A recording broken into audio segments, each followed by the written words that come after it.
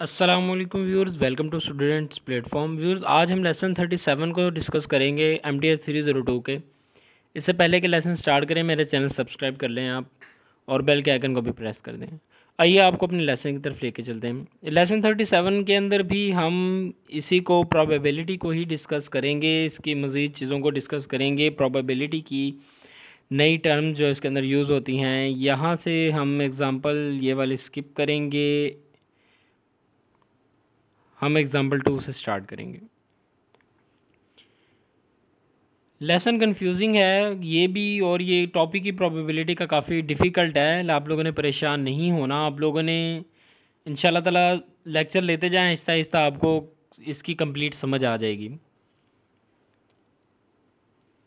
इसके अंदर कह रहा है कि टू फर्म्स compete for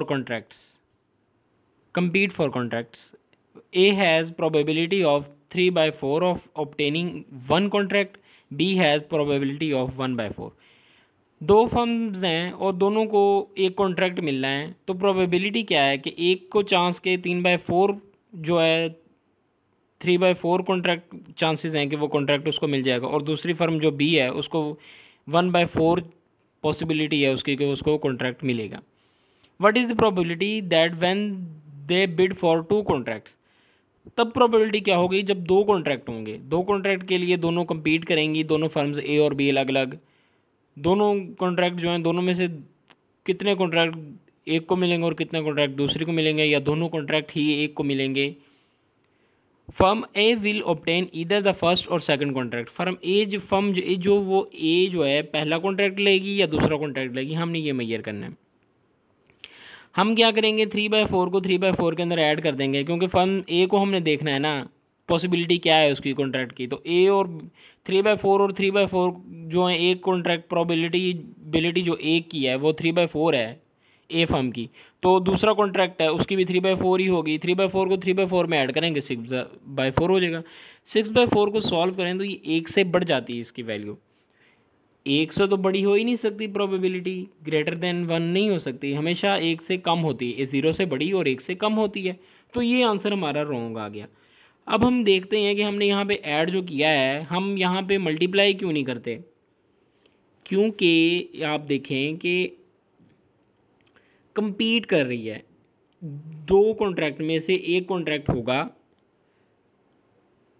इस वक्त जमा करते हैं जब दो चीज़ें जो हैं वो एट अ टाइम सिलेक्ट कर सकें, लेकिन यहाँ पे एट अ टाइम एक कॉन्ट्रैक्ट ही ले सकता है एक कंपनी जो है। दो इकट्ठे हैं तो यहाँ हम एंड वाला काम करेंगे, मतलब इसको हम एंड वाला काम करेंगे। एंड के अंदर हमने क्या कहा था, मल्टीप्लाई करेंगे, यानी कि हम 3/4 को मल्टीप्लाई करेंगे, हम यहाँ पे इसको जमा नहीं करेंगे। इसने कहा कि हम पहले बी वाले को निकाल लेते हैं। बी की जो है क्या वैल्यू है, बी कॉन्ट्रैक्ट का चांस क्या है, 1/4 है, और दूसरी बी का भी 1/4 है, और दूसरी कॉन्ट्रैक्ट का भी 1/4 होगा बी वाला। बी को 1/4 इनको आपस में मल्टीप्लाई कर देंगे, 1/16 बनता है। अभी 1 में से 1/16 जो है बी की पॉसिबिलिटी है। अब ए की निकालेंगे तो हम क्या करेंगे, 1 में से 1/16 को माइनस कर देंगे, तो ए की पॉसिबिलिटी आ जाएगी 15/16। इसको एक और मेथड से सॉल्व करवा रहा है यहाँ पे, वो मेथड देखते हैं।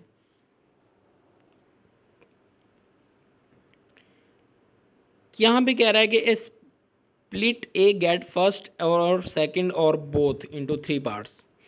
ए जो है या तो एक कॉन्ट्रैक्ट लेगा या दूसरा कॉन्ट्रैक्ट लेगा, या तो फिर दोनों कॉन्ट्रैक्ट लेगा। 3 पार्ट बन गए इसके। अगर ये पहला कॉन्ट्रैक्ट लेता और दूसरा नहीं लेता, तो हम क्या करेंगे, 3/4 मल्टीप्लाइड बाय 1/4, इनको आपस में मल्टीप्लाई करेंगे, 3/16 हो जाएगा। दूसरा कॉन्ट्रैक्ट जो हमें नहीं मिला उसका चांस था 1/4, इसलिए 1/4 से मल्टीप्लाई किया। अब कह रहा है कि पहला कॉन्ट्रैक्ट नहीं मिलता और दूसरा कॉन्ट्रैक्ट अगर मिल जाता है, तो जो कॉन्ट्रैक्ट नहीं मिला, ना मिलने का चांस कितना था, 1/4, और जो मिलना था उसका चांस था 1/3। सेम हमने यही किया, यहाँ पे भी 1/4 मल्टीप्लाई बाय 3/4 कर दिया। अभी कह रहा है कि हमें तीसरा चांस था फैक्ट्री ए को कि वो दोनों कॉन्ट्रैक्ट मिल जाएं, तो दोनों कॉन्ट्रैक्ट आपस में मल्टीप्लाई हो जाएंगे, 3/4 मल्टीप्लाई बाय 3/4, 9/16 आ जाएगा। टोटल ये 3 चांस थे उसके पास, तो तीनों चांसों को हमने टोटल ऐड कर लिया, चांसेस को ऐड कर लिया हमने, 3/16 प्लस 3/16 प्लस 9/16, हमारे पास आ गया 15/16 टोटल आ गया, वो जो आंसर ऊपर हमने निकाला था। एग्जाम्पल 3 को हम देखते हैं। उससे पहले ये मैं आपको बता दूं कि एक्सपेक्टेड वैल्यू क्या है। Expected value, expected mean value भी हम इसको कहते हैं। इसका फॉर्मूला है लिखा हुआ summation into probability of outcome multiplied by financial result of outcome. इस फॉर्मूले को आपने जहन में रखना है। इस फॉर्मूले को जहन में रखते हुए हम इक्वेशंस को सॉल्व करेंगे।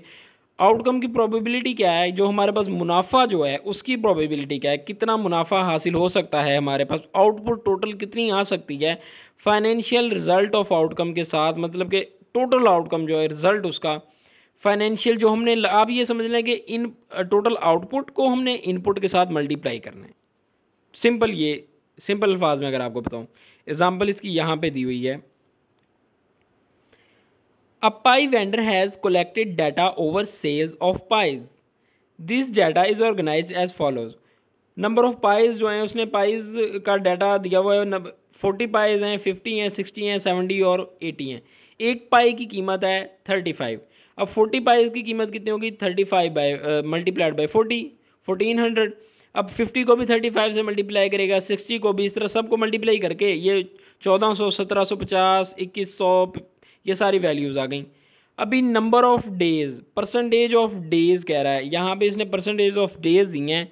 वो कह रहा है कि 40 के लिए पहली 20% है डेज, 20 डेज होंगे, 100 में डिवाइड कर दिया ना, 20 डेज होंगे, अगले के लिए भी 20 डेज होंगे, 30, 20 और 10 डेज तक ये चलेगा, टोटल 100 आ गया।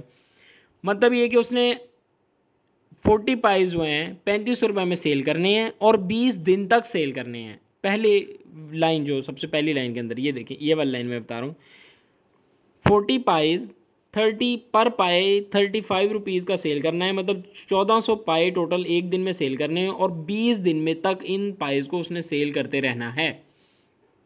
इसी तरह इससे निचला है, उसने 50 पाई सेल करने हैं, अगले 20 दिन तक इसने टोटल 50 पाई सेल करने हैं, पाई सेल करेगा और 35 रुपये का एक पाई होगा, मतलब कि डेली की सेल 1750 होगी उसकी और 20 दिन तक ये डेली 1750 सेल करता रहेगा। अभी क्या कह रहा है, हम क्या कर रहे हैं, सिंपली हमने करना है कि इनकम को और नंबर ऑफ डेज को हमने मल्टीप्लाई कर देना है। 1400 को हम 20 से क्या करेंगे, मल्टीप्लाई कर देंगे।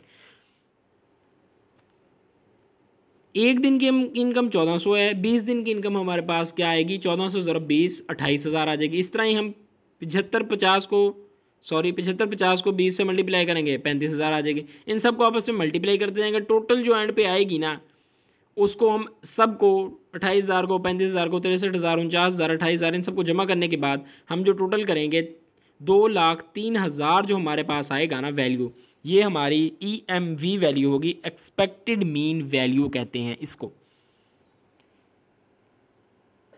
The selling price per pie was 35 rupees, what are the mean sale per day.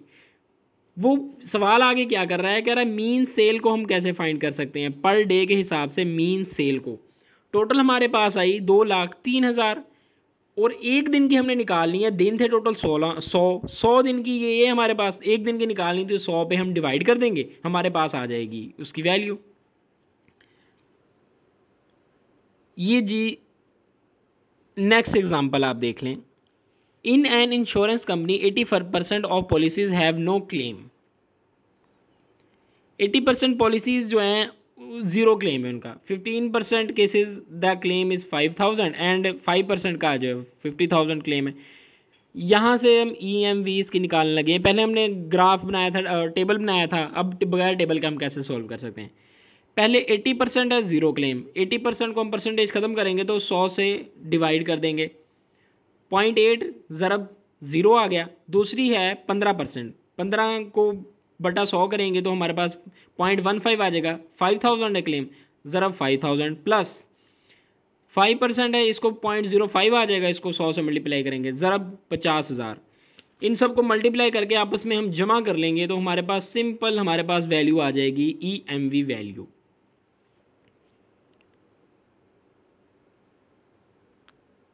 Binomial situation को देखते हैं। बाइनोमियल सिचुएशन क्या है,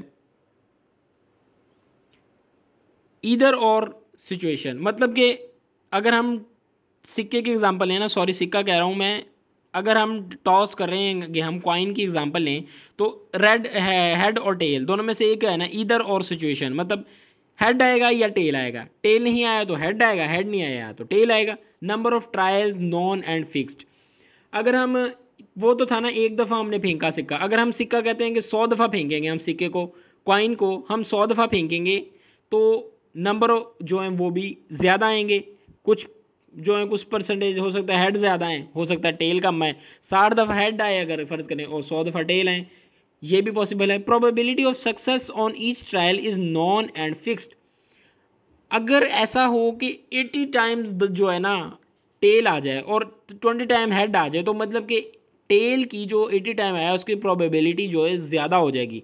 मतलब जब भी हम टॉस करने लगेंगे ना तो ये हमें पता होगा कि जो कॉइन है उसकी प्रोबेबिलिटी जो है टेल की जो है वो 80% है, कि टेल जो है चांसेस हैं कि ज़्यादा आए। कॉमुलेटिव बाइनोमियल प्रोबेबिलिटीज़ को देखते हैं। कॉमुलेटिव बाइनोमियल प्रोबेबिलिटीज़ को, कि एक प्लेयर है, हम एग्जांपल लेते हैं, एक प्लेयर है वो एक स्कोर करता है ना, 6 मारता है, फ़र्ज़ करें 6 लेता है वो, तो हम कहते हैं जी 70% चांसेस हैं कि वो छक्का मारेगा और 30% चांसेस है कि वो छक्का नहीं मार सकता। 6 बॉलें हम कराएंगे उसको, टोटल 1 ओवर कराएंगे और हम कहते हैं कि हर बॉल के ऊपर चांसेस हैं 70% कि वो छक्का मारेगा और 30% चांस है कि वो छक्का नहीं मारेगा। तो ये चीज़ यानी कि हर बॉल के ऊपर हमारे प्रोबेबिलिटी ज़्यादा ये है कि वो स्कोर करेगा, वो छक्का मारेगा। इसी चीज़ को आगे हम लेसन 38 में डिस्कस करेंगे ब्रीफली। तो फिलहाल यहीं तक था हमारा लेसन 37। प्रोबेबिलिटी ही कंटिन्यू रहेगा लेसन 38 में भी। मिलते हैं नेक्स्ट लेसन में। टिल देन टेक केयर, अल्लाह हाफिज़।